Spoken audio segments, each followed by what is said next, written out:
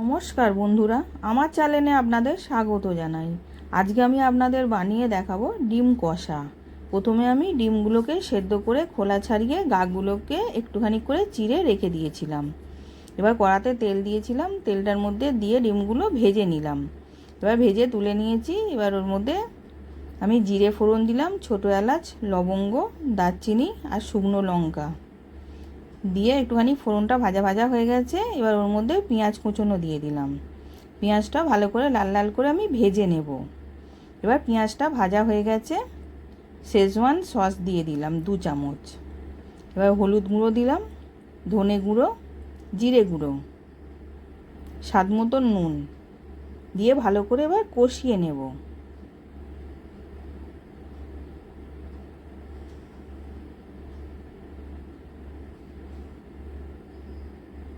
এবার কষানো হয়ে গেছে, অল্প আমি একটুখানি জল দিয়ে দিলাম।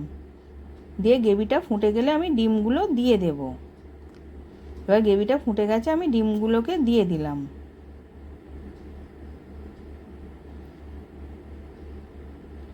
দিয়ে এবার ভালো করে মিশিয়ে আমি নাবিয়ে নিচ্ছি।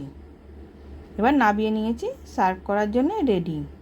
আশা করছি ভিডিওটা ভালো লেগেছে। আমি হাজির হব আর এক নতুন রেসিপির সাথে।